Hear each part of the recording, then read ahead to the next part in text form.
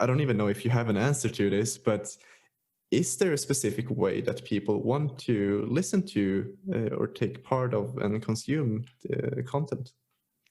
Right. So there's two parts to that question. The first one is, what if the idea is bad? And the second part of, what if nobody's listening to it? So that's two separate issues. Let's tackle both. So the first one, no one's listening to your idea. That could be a symptom of many different things. One, it could be the expectation that you have of the idea. You're like, this should be reaching 1 million people. Why is it only reaching a 10? Right? Right. So there's that. But there's also the fact that you just have a bad idea. So I think the general idea there Mhm. is the following. Seth Godin coins this term called the smallest viable audience. So the key to his message is there is no singular idea that will impact everybody. Even the iPhone, not everyone in the world knows what an iPhone is. A good percentage of the population does. Mhm. Not every single human being. So even for something like that, you can't reach everybody. So Right. the mistake that most people make with their ideas is they think that it's just going to reach 1 million people. As if I start a YouTube channel, I suddenly get 1 million subscribers. Mhm. Like that just didn't make sense, right? So I think the key to sharing an idea is to start with what Seth calls first 10. So you get to the first 10 people that you know will like this idea because you made it for them, right? It's Mhm. for them, right? So if they don't like the idea, if all 10 of them go, this sucks, then there's definitely a problem with the idea. Mm. But if those 10 people love it and you're discouraged, that's a different issue. That's because you haven't shared the idea enough, right? So it's two different things. So in my case with Master Talk, yeah, do I think this thing can like blow up and like help millions of people? Absolutely. But is that happening right now? Absolutely not. Why? Because public speaking coaching isn't like entertaining. It's not like this super so what I have to do is I need to try and make it as entertaining as possible without making it like raunchy or anything. But the Mm. point is, but then use the content and go to the people who make the most sense, who want this idea to be heard.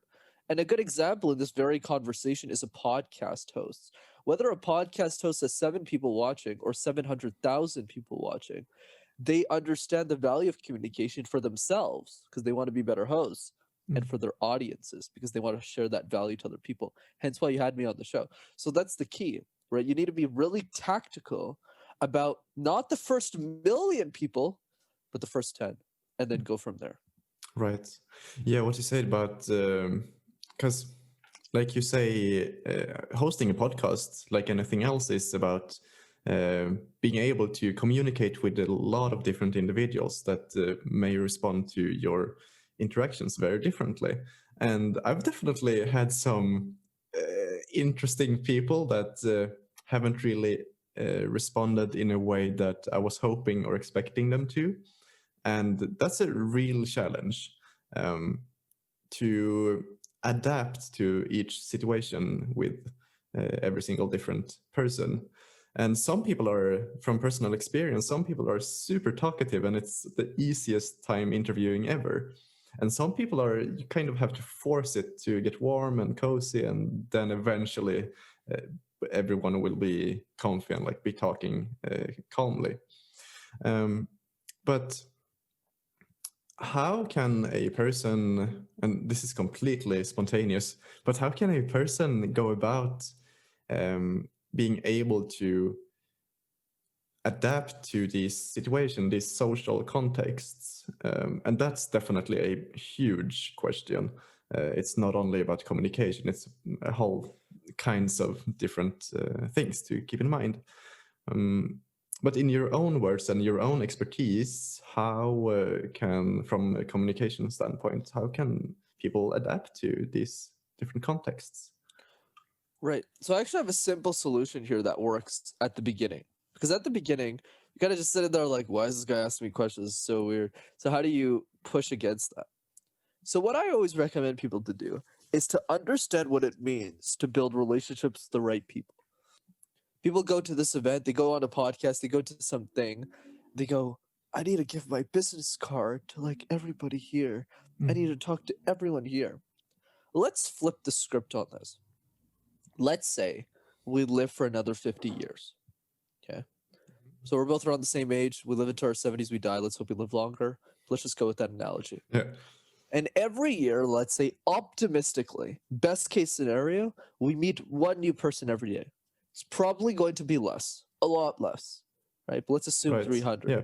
So let's say in a year you meet 300 people. I don't want to make this a math class or anything, but if you do 50 times 300, the answer is 15,000 people.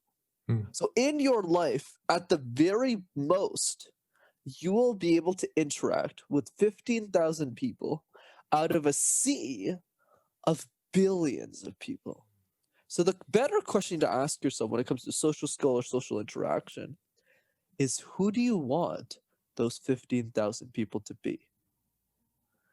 And when you change the conversation from that lens, you kind of just say, hey, wait a minute. If I only have time to talk to 15,000 people, who do I want those people to be? What do I want them to value? What do I want them to stand for? I'll give you a super easy example to demonstrate this.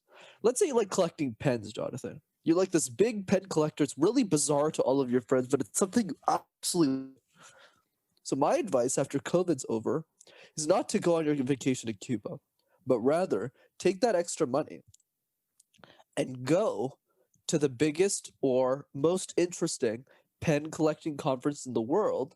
And I guarantee you, in that 3-day period, you will meet so many people that you'll just be friends for life with, because they just get you. You just get them. Most people don't do that.